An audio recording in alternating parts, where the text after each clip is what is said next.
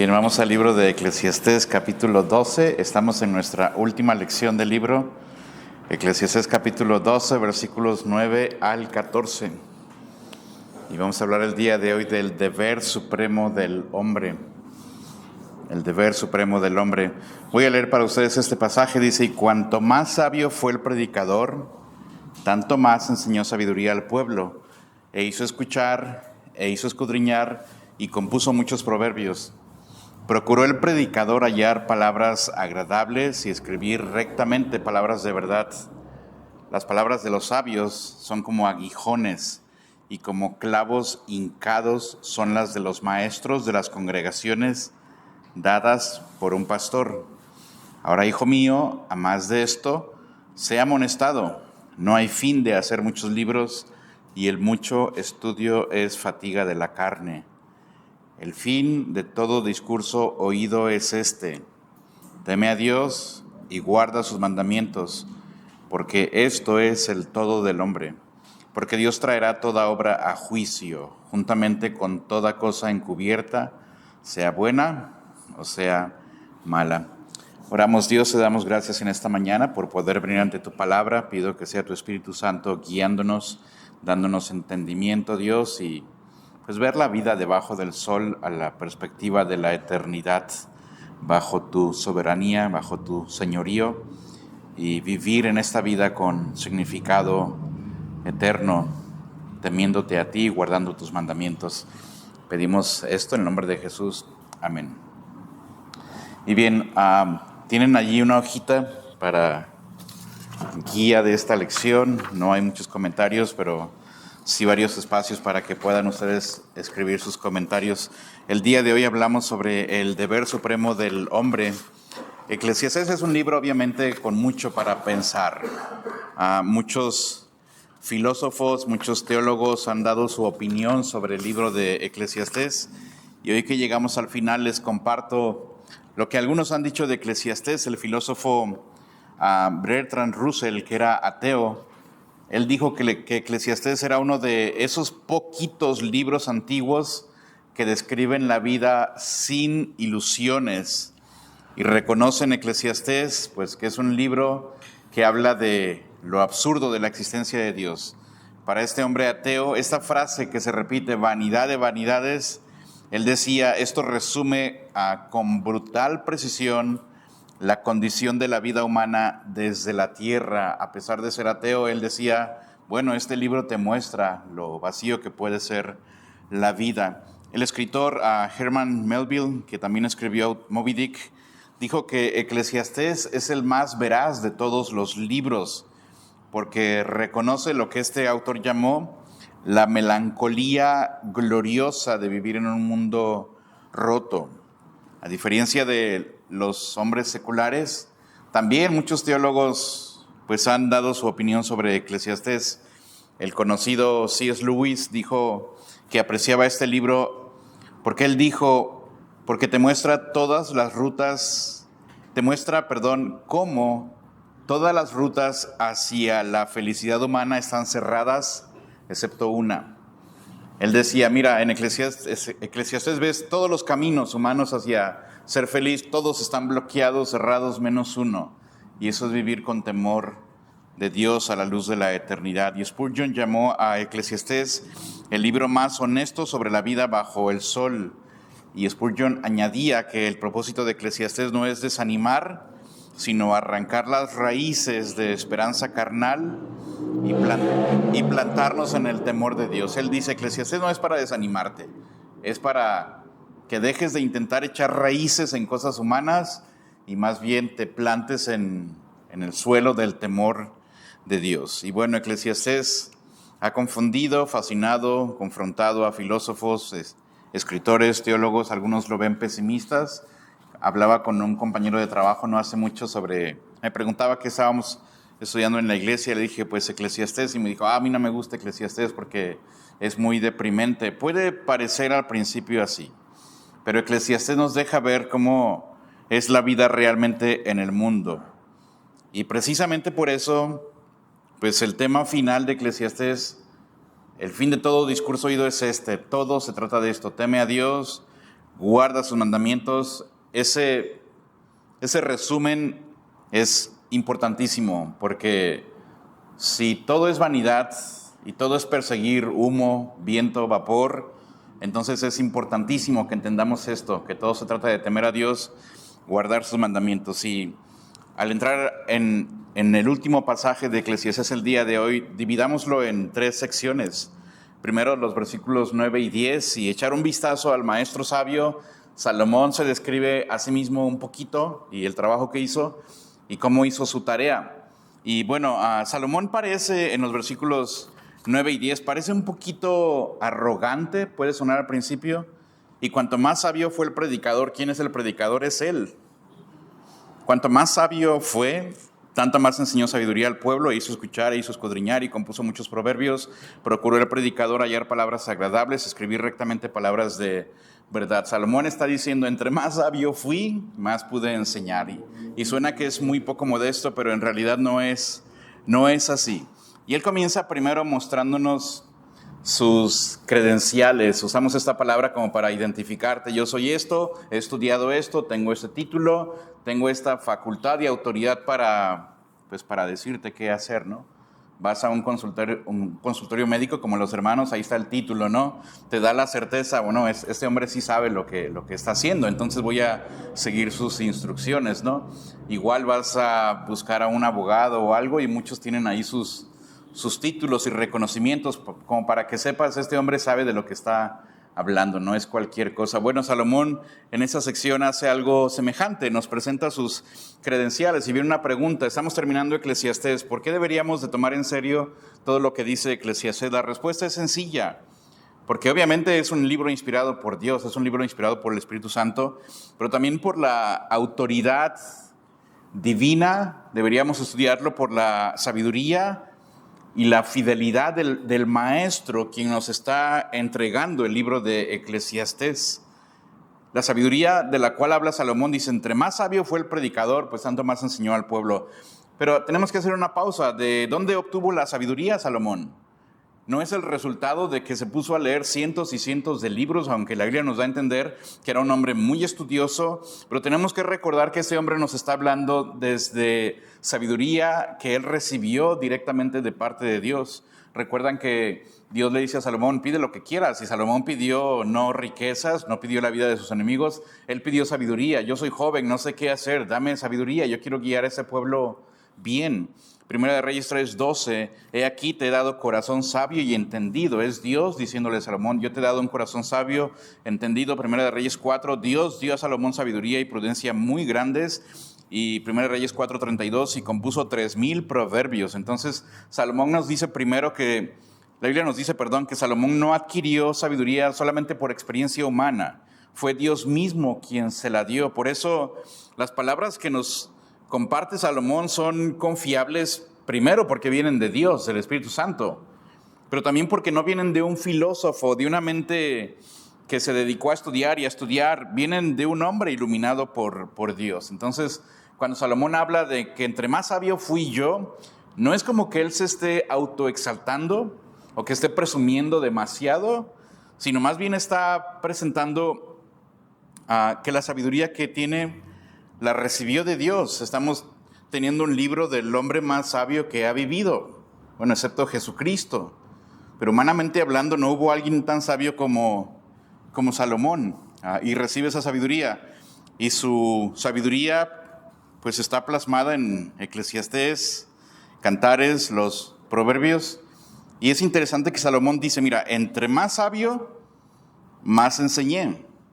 Su sabiduría no era para él solo, la recibe y la comparte. Matthew Henry dice sobre Salomón que Dios le dio sabiduría no para que la escondiera, sino para que administrara ese talento para el bien de otras personas. Y Salomón entendió esto.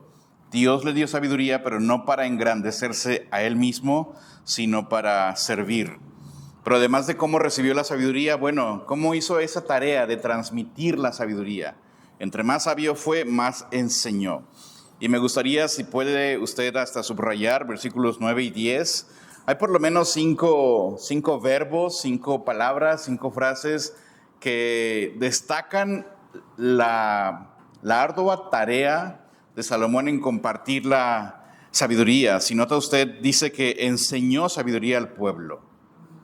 No guardó el conocimiento para sí, lo repartió. La verdadera sabiduría se comparte y es típico de los sabios, de aquellos que tienen sabiduría de Dios, compartirla con otros. Proverbios 1 dice que la sabiduría es para instruir, para enseñar, para dar prudencia. Deuteronomio 4, Israel debe guardar los mandamientos. Esta es vuestra sabiduría, repetirla a los hijos. Eso es sabiduría. Entendió Salomón que recibir sabiduría pues es un privilegio, pero también una gran responsabilidad, enseñar a otros. Pero también dice la Biblia en el versículo 9 que hizo escuchar.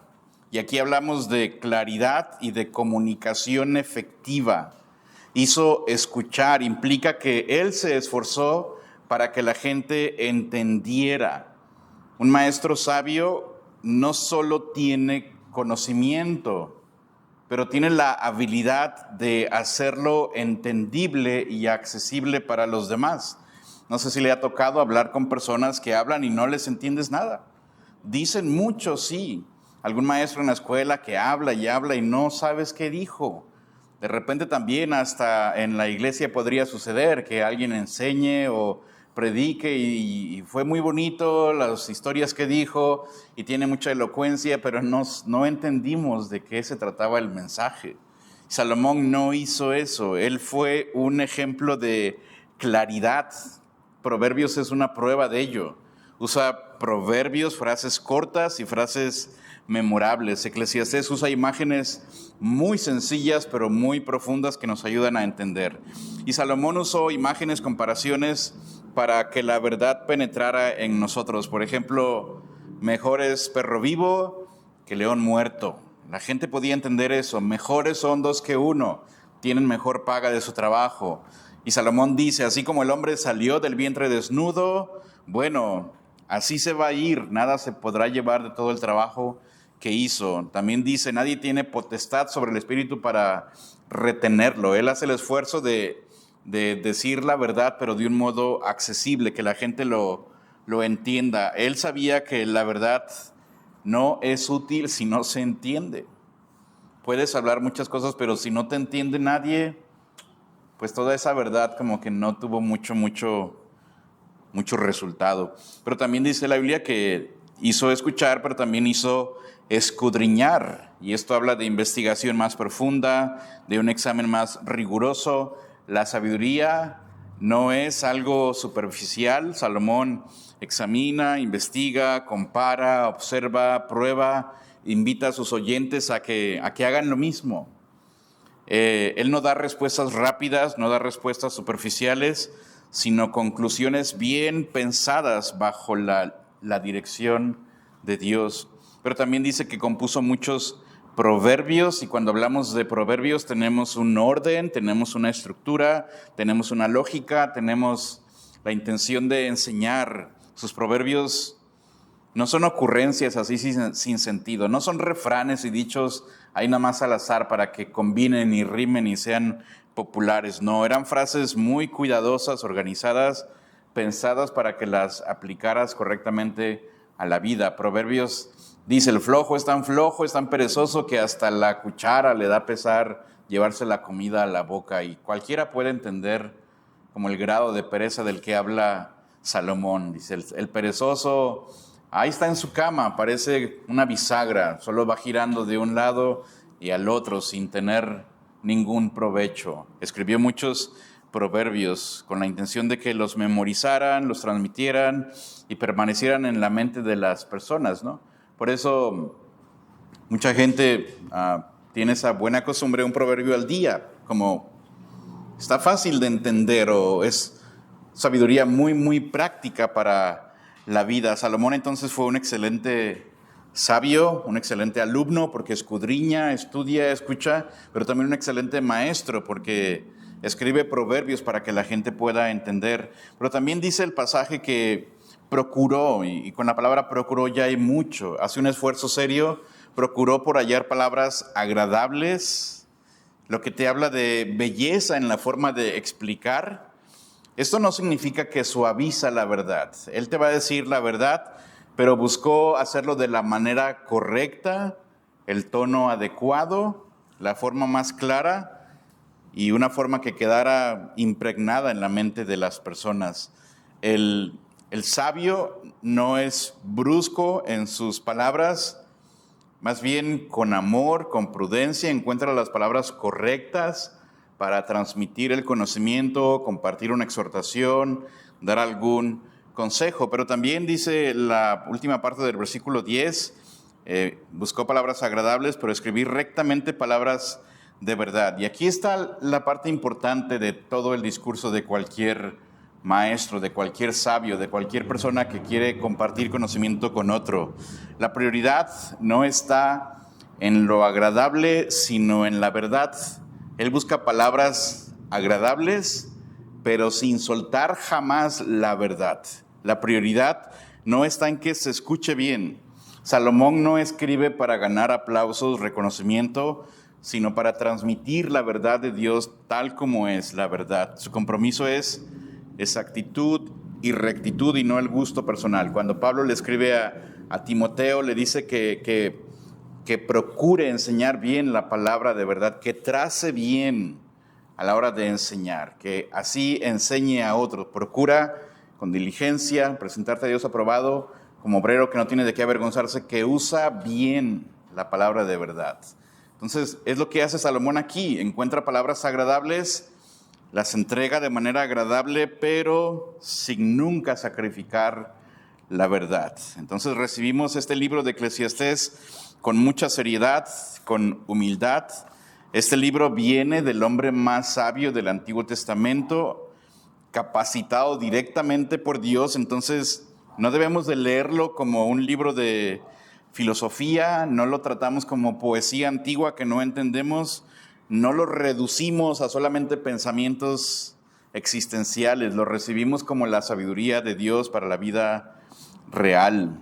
Bodhi Baucham decía que escuchar la palabra exige humildad, admitir que hay alguien más sabio que nosotros, reconocer, pues este hombre sabe de lo que está hablando, este hombre tiene consejos que recibió directamente de Dios. Entonces, esta última sección es como la conclusión. ¿Por qué deberías de hacer caso y tomar mucha seriedad con Eclesiastés? Mira quién lo escribió, no es cualquier persona.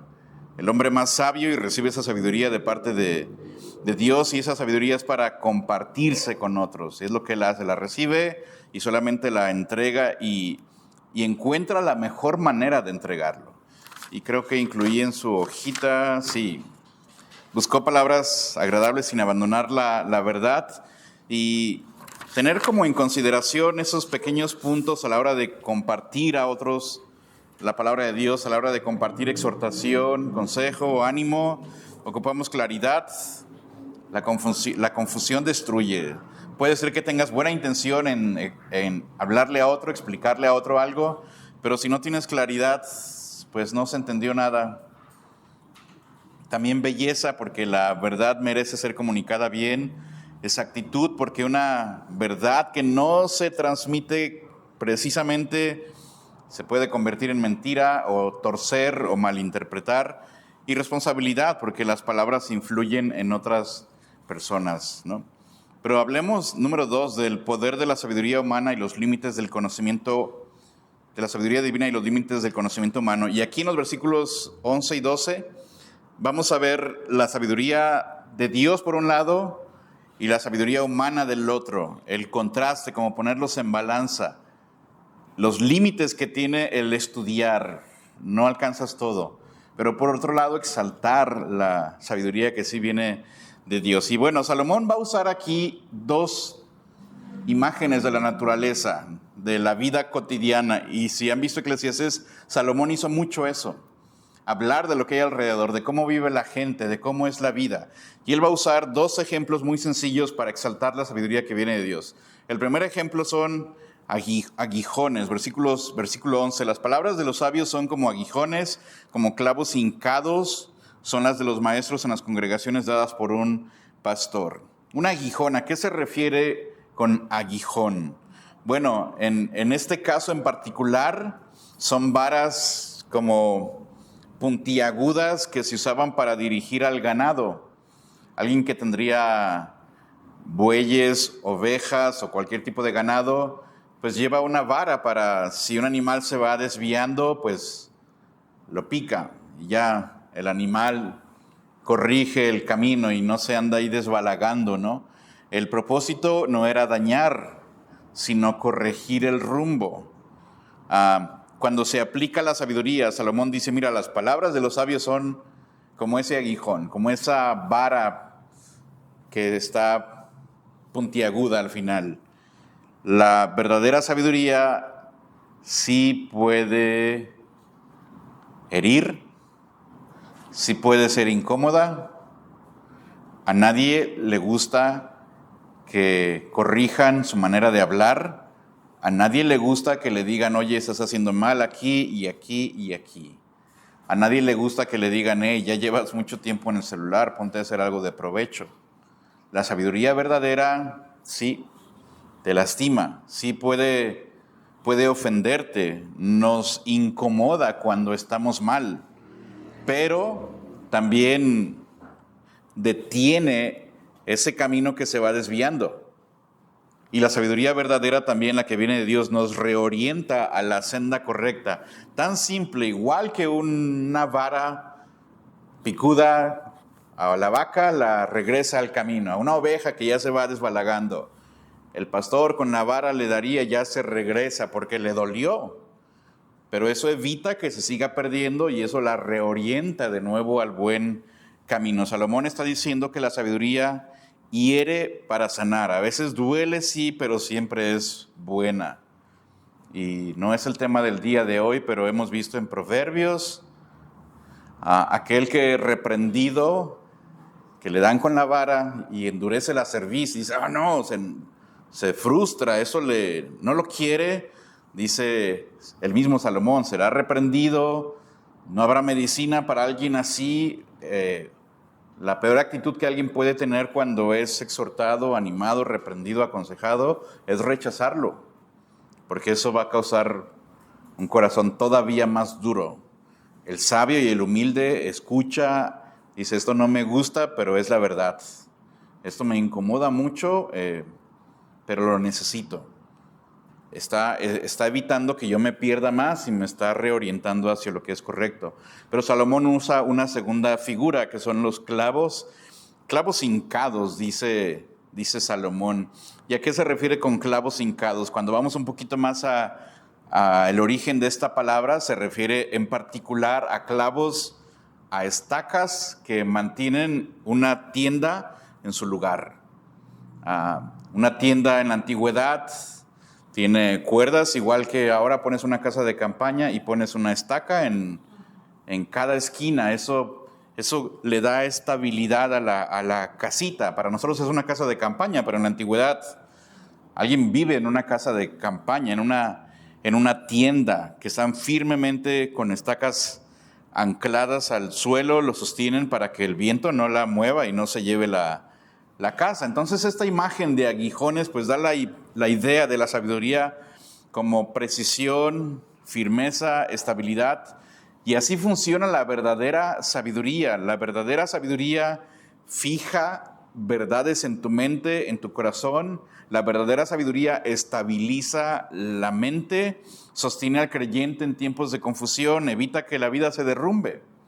La verdadera sabiduría puede pasar a alguien por medio de tragedias, mucha confusión, mucho caos en el mundo, la mente con tantos pensamientos, pero aquel que es sabio, arraigado en Dios, igual que una estaca mantiene la tienda en su lugar, la sabiduría te mantiene firme cuando todo a tu alrededor está colapsando. Cuando viene, por ejemplo, el viento, se voló una tienda por allá y por allá hizo otro desastre. La sabiduría es como esos clavos hincados que mantienen tu vida, tu corazón, tu perspectiva en el orden correcto. La verdad bien afirmada hace al hombre estable. Que el hombre que estaba inestable ahora ya está firme. Entonces los aguijones corrigen, los clavos afirman. Pero después hay una parte interesante, me gustó mucho en la segunda parte del versículo 11. Dice, las palabras de los sabios son como aguijones y como clavos hincados son las de los maestros en las congregaciones dadas por un pastor. Los maestros en las congregaciones, el término para maestros en las congregaciones se refiere a personas que recopilaban los proverbios. Proverbios habla de Ezequías, creo, que recopiló proverbios. Aquí se refiere a personas que organizaban la enseñanza, tomaban escritos de otros y transmitían la sabiduría recibida. Por ejemplo, Esdras, que toma la palabra de Dios y se la hace entender al pueblo y solo toma lo escrito. Tenemos otros en Proverbios, coleccionan, juntan cosas, la transmiten a otros, pero eso es lo importante, que las de los maestros de las congregaciones dadas por un pastor. Detrás de ellos hay un pastor. ¿Y a qué pastor se refiere aquí? ¿A un pastor como yo? Está diciendo Salomón, mira, las palabras de un sabio son muy buenas cuando te las da un pastor. Está hablando del pastor Alejandro y del pastor Salvador y del pastor no sé qué otro pastor. No sé si usted lo notó, pero en el versículo 11, no sé si tiene la Reina Valera o alguna otra, pero vio que la palabra pastor está en mayúscula. No sé si lo notaron, porque al final está el gran pastor. En realidad, hermanos, en mí mismo, yo no tengo nada que decirles, no tengo autoridad fuera de la Escritura como para decirte, yo te aconsejo esto, eso es lo que tú tienes que hacer con tu vida, mi experiencia me pasó esto y creo que tienes que hacer esto siguiendo mi ejemplo. No, eso no, en realidad no tiene caso. Pero si yo abro la palabra de Dios, bueno, esa es otra cosa. Pararse aquí detrás y decir, así dice el Señor, es una cosa muy grande y muy pesada. Y lo que dice Salomón, mira, lo que hacen los maestros en las congregaciones, reúnen sabiduría, tomamos lo que dijo Pablo en Romanos, tomamos lo que dijo Salomón en Eclesiastés, pero detrás de todo esto hay un gran pastor quien nos dio estas palabras. De hecho, la Biblia, no soy muy fan de esta traducción en lenguaje actual, pero dio la mejor traducción a este pasaje. Esa Biblia tradujo, cuando los sabios hablan, sus palabras son como la vara que guía al buey. Sus colecciones de proverbios vienen de Dios y son como las estacas que sostienen la tienda de campaña. Lo dice muy bien. En realidad, lo que está diciendo Salomón aquí, que hay un pastor supremo quien nos dio Eclesiastés. Hay un pastor supremo detrás de Salomón, del hombre más sabio. Y tienes que escucharlo entonces. El Antiguo Testamento revela a Dios como el pastor. ¿Cuál es el pasaje más icónico que viene a su mente cuando pensamos en pastor y pensamos en Dios? Salmos 23. Jehová es mi pastor, y como un pastor, su vara y su cayado me infundirán aliento. Y toda la idea es de que Él nos va guiando por la vida. Salmos 81, oh pastor de Israel.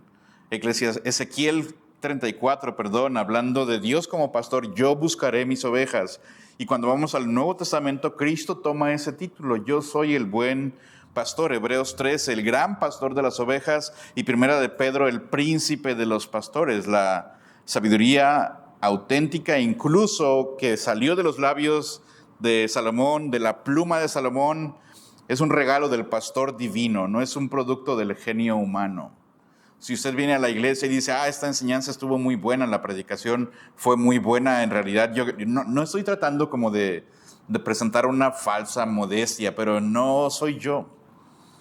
Yo en mis habilidades, repito, yo no tengo nada que decirles. Mis consejos puede ser que tengan alguna utilidad, puede ser que no, puede ser que esté equivocado.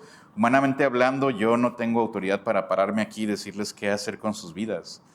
Pero cuando la palabra de Dios se abre y exponemos fielmente lo que Dios dice, no lo que yo pienso, eso es otra cosa.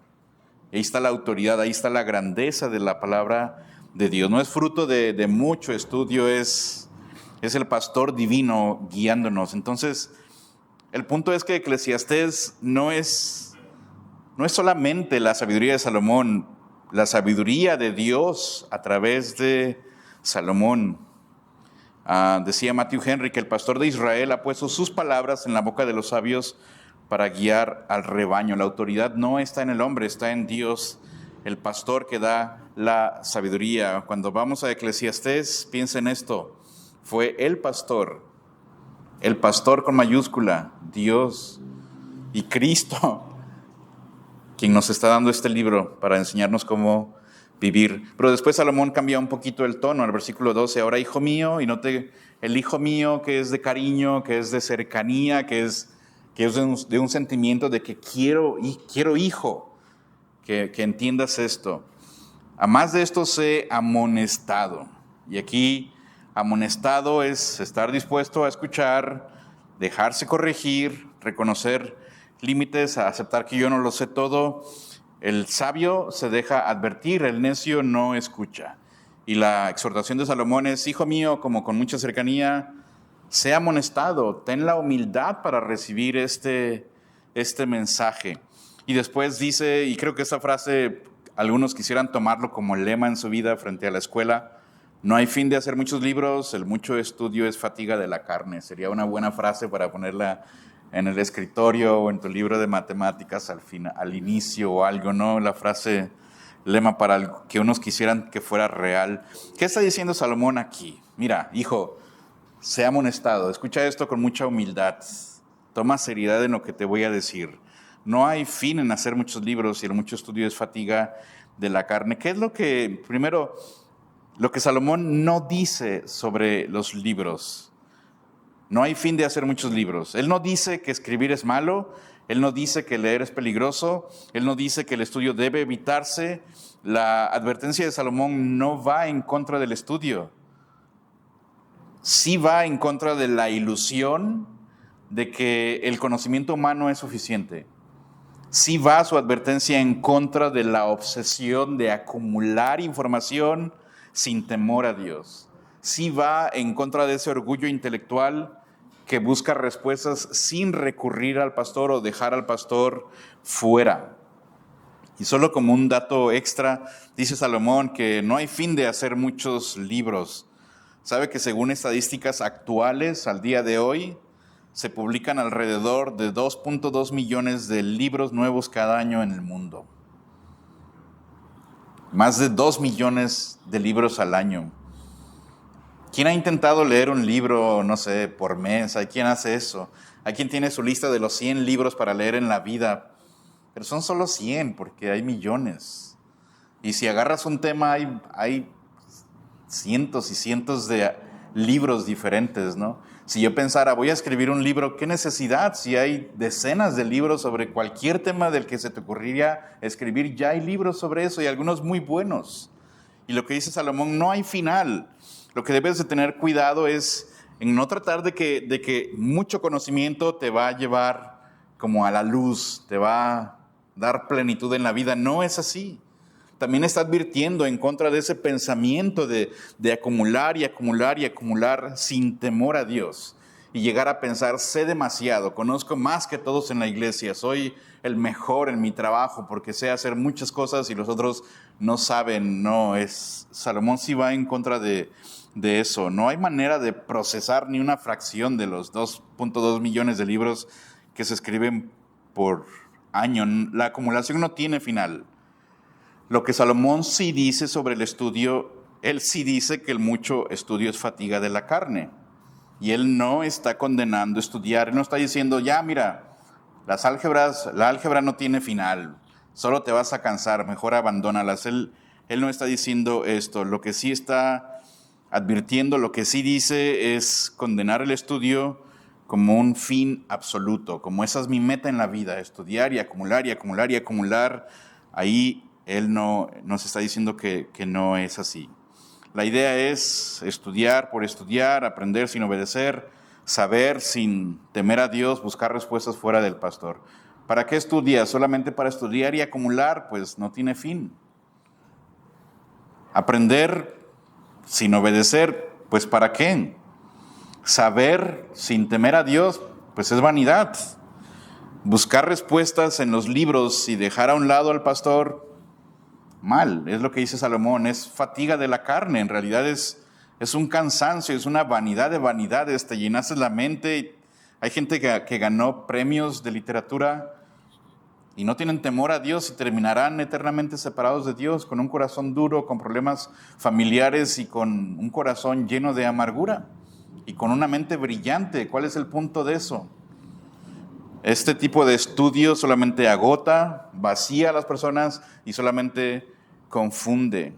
La verdadera sabiduría siempre te va a conducir al temor de Dios. El estudio que no lleva al temor a Dios te va a cansar, no te va a edificar y te va a dejar con un gran vacío. Y la conclusión final en los versículos 13 y 14. El fin de todo discurso oído es este. El fin de todo discurso oído es este. ¿A qué se refiere Salomón? No es solamente para darle un cierre lindo al libro de Eclesiastés. Salomón está diciendo, mira, después de todo lo que yo he visto, después de todo lo que he experimentado, después de todo lo que he probado, buscado, analizado, después de todos los experimentos que hice, después de todo lo que el hombre puede vivir debajo del sol, después de que tengas mucho dinero, visites muchos países, compres, vistas como quieras, hagas lo que quieras, después de todo, esa es la conclusión final y de la cual nadie puede escapar. Básicamente él nos está diciendo, mira, si vas a recordar una sola cosa de este libro, recuerda esto. Y él exploró placer, trabajo, conocimiento, vio la injusticia, opresión, nada debajo del sol da sentido. Lo único que vale es lo que está no en este mundo, no debajo del sol, pero en Dios mismo. ¿Y cuál es el fin de todo discurso oído? Teme a Dios, guarda sus mandamientos, eso es el todo del hombre. Todo se resume aquí. Todo Eclesiastés, toda la existencia, toda la Biblia, todo el ser humano se resume aquí. Teme a Dios, guarda sus mandamientos. ¿Qué significa temer a Dios? ¿Qué no significa temer a Dios? Temer a Dios no es un miedo paralizante. Y la Biblia habla mucho de temer a Dios. Proverbios habla mucho el principio de la sabiduría, la base de la sabiduría, el fundamento de la sabiduría es que temas a Dios. ¿Qué otra cosa pide Dios de ti? Sino que temas a Dios. Pero ¿qué no es el temor a Dios? No debemos de confundirnos. No es un terror irracional, no es huir de Dios, no es sentir pánico de Dios, no es pensar que Dios está esperando que cometas un error para caer sobre ti y destruirte. No es esa clase de temor. Adán sí tuvo ese temor y fue resultado de que pecó y no del temor a Dios. Comió del fruto prohibido y le entró miedo. ¿Qué me va a hacer Dios? ¿Por qué he comido? En vez de ese temor por el pecado, por haber ofendido a Dios. Eso no es el temor a Dios, que tengas miedo de Él, de que se va a abrir la tierra y te va a tragar porque dijiste unas mentiras o porque viste cosas que no debías haber hecho, tomaste algo que no era tuyo y estás pensando, me va a caer un rayo a medianoche porque Dios es santo, perfecto y está enojado conmigo, está buscando una excusa para destruirme. No es esa clase de temor. Lo que sí es el temor a Dios es una combinación, creo, de 3 actitudes bíblicas. Una de ellas es una reverencia profunda. Es entender quién es Dios, santo, perfecto, puro, majestuoso, digno de adoración. Lo grande, supremo que es Él. Pero no solamente esa reverencia profunda, pero por otro lado humildad. Lo grande que es Él y lo pequeño y miserable que soy yo. Cuando pensamos en Dios y pensamos en nosotros mismos, yo pienso en mí como un piojo o una larva, y Dios santo, perfecto, ¿y quién eres tú? ¿Quién soy yo? Para que aprendas a temer a Jehová tu Dios todos los días. El que teme a Dios no se siente suficiente a sí mismo. No piensa, yo merezco, yo puedo, yo gané, yo sé. Más bien ves a Dios y su grandeza y piensas, ¿y yo qué soy? ¿Yo qué he hecho? No puedo, obviamente ser suficiente delante de Dios, pero no solamente esa reverencia profunda, esa humildad, pero también esa obediencia amorosa, porque el temor a Dios, inevitablemente, cuando es temor verdadero de Dios, va a producir una vida de obediencia, una vida recta. El temor de Jehová en el temor de Jehová está la fuerte confianza, dice Proverbios 14. Temer a Dios es entonces vivir consciente de su presencia constante, tomando decisiones con la convicción de que Él ve, Él conoce, Él dirige. Si pudiéramos resumirlo en una frase, temer a Dios es vivir delante de Dios reconociendo quién es Él y sometiendo todo nuestro ser a su voluntad. El temor a Dios, en lugar de alejarte de Él, te hace que te acerques a Él, pero con la actitud correcta. Te acercas, sabes quién eres y sabes quién es Él. Y te acercas buscando esa misericordia y viviendo tu vida a la luz de que Él lo sabe absolutamente todo. No es un terror, es adoración, confianza, asombra y obediencia. Pero note que Salomón dice que el fin de todo discurso oído es este: teme a Dios y guarda sus mandamientos. Los dos van juntos, los dos son inseparables. Salomón no nos da dos órdenes separadas: teme a Dios y aparte guarda sus mandamientos. Más bien es una sola realidad, pero expresada aquí en dos partes. Van juntos, no se pueden separar. Temer a Dios y guardar sus mandamientos. El temor siempre produce obediencia y no al revés. Jesucristo explicó: si me amáis, lo que vas a hacer es guardar mis mandamientos. Donde hay temor reverente, hay amor, y donde hay amor, hay obediencia genuina. Todo va interconectado, porque el temor hacia Dios, el temor de Dios va a limpiar el corazón. El temor a Dios va a enderezar la voluntad. El temor a Dios te va a dar discernimiento. El temor a Dios va a exponer el pecado. El temor de Dios nos recuerda que Dios es santo. Él es Dios y nosotros no. Y Salomón une temor y obediencia, porque cuando dices tener temor a Dios, pero no hay obediencia, eso es hipocresía. Si alguien dice: yo tengo temor a Dios, y tu vida es una vida de desobediencia, eso es falsedad, eso es hipocresía. Pero por otro lado, la obediencia que no nace de un temor genuino hacia Dios es legalismo vacío.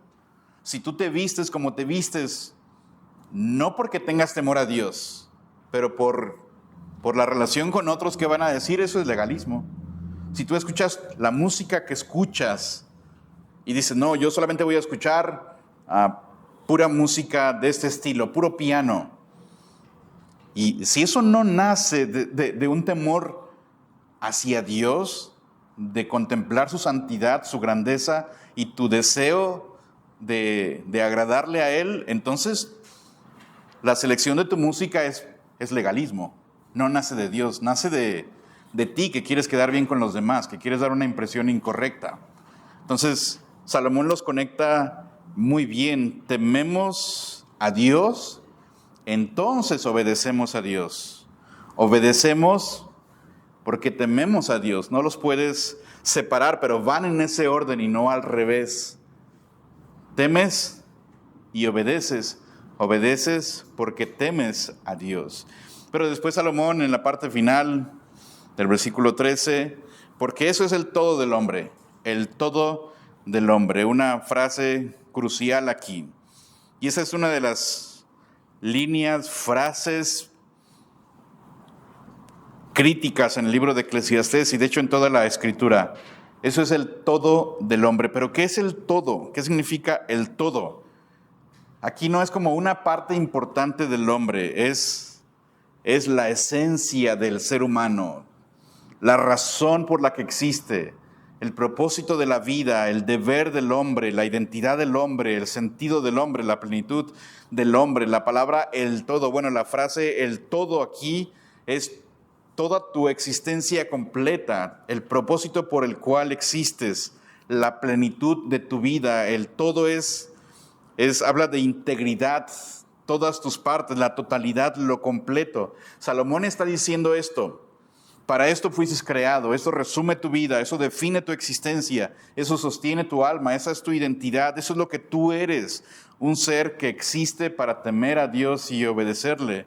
En otras palabras, tomando un poco en retrospectiva, Eclesiastés, no fuimos creados para el placer, no fuimos creados para el trabajo, no fuimos creados para lograr cosas, no fuimos creados para acumular conocimiento. Fuimos creados para vivir delante de Dios bajo su autoridad y para su gloria. Esa es la cura contra toda la vanidad. Si quieres asegurar que tu vida no está persiguiendo humo, vapor, cosas temporales, entiende esto. Toda tu existencia completa se trata de una cosa: temer a Dios, vivir para Dios, vivir para su gloria, y con eso disfruta la vida. Sí, el trabajo, el dinero, placeres sanos, haz las cosas que tengas que hacer, vive de manera íntegra, pero el todo del hombre, toda nuestra existencia es vivir delante de Dios bajo su autoridad y para su gloria. Eso asegura que tu vida no está persiguiendo cosas vacías, huecas, sin ningún sentido. No fuimos creados para trabajar. Trabajamos, pero ese no es el propósito en la vida. No fuimos creados para tener mentes brillantes y ganar reconocimiento. ¿Se puede? Pues sí, podría ser. No fuimos creados para lograr grandes cosas. No fuimos creados para, no sé, ser personas populares y ser personas súper sanas y bien organizados en las finanzas. Eso se puede, sí se puede. Pero el todo del hombre es temer a Dios, guardar sus mandamientos. De eso se trata todo en la vida. Y Eclesiastés termina en el versículo 14 con juicio final. Ese es el sello del libro, como ya el cierre, la firma última, ¿no? Dice el versículo 14, porque Dios traerá toda obra a juicio, juntamente con toda cosa encubierta, sea buena, sea mala. Eclesiastés no termina con poesía, no termina con filosofía, no termina con una reflexión bonita, termina con juicio, y eso es interesante. El fin de todo Eclesiastés es juicio. ¿Por qué? El juicio le da sentido a la vida. Si no hubiera juicio, pues haz lo que quieras. Si no hubiera juicio, pues métete con quien quieras. Si no hay juicio, pues ahora sí, pues dale duro al trabajo, acumula dinero y piérdete. Pero con juicio entonces todo importa. Con juicio entonces eso pone todo en el carril correcto. Eso implica cada obra cuenta, cada palabra cuenta, cada intención será examinada, los secretos será expuesto. Vivimos en este mundo bajo el sol, hay un juicio futuro, entonces eso pone todo en el camino correcto. Y aquí hay, para resumir Eclesiastés, aquí hay dos caminos.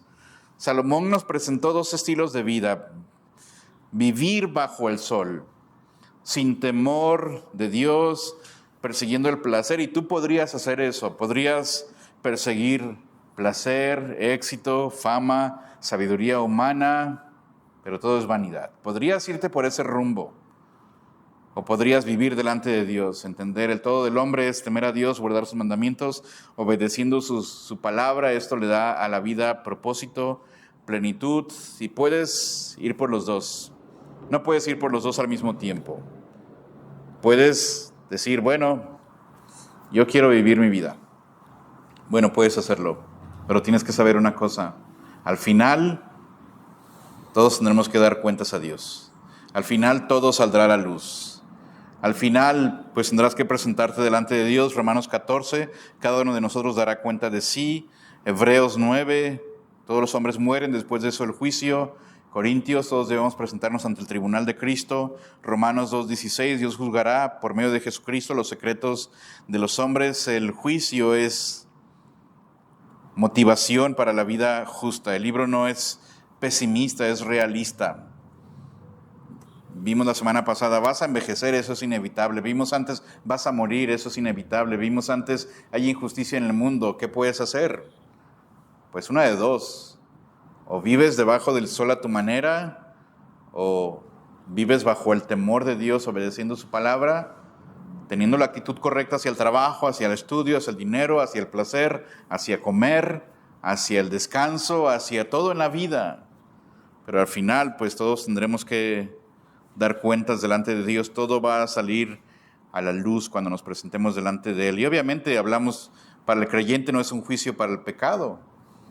El creyente ya ha sido perdonado, ha sido ya redimido. Cristo ya pagó el juicio que nosotros debimos haber pagado en cuanto al pecado. Pero para el no creyente, pues tendrá que dar cuentas de todos sus actos y será declarado culpable. Pero aún para el creyente, pues tendremos que dar cuentas por los recursos que el Señor nos ha dado.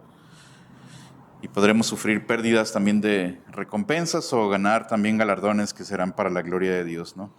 Pero bien, y así termina Eclesiastés con juicio, no con unas palabras bonitas de poesía o de ánimo, pero ok, después de todo, la vida bajo el sol, pues nos conviene entender el todo del hombre es esto, temer a Dios, guardar sus mandamientos.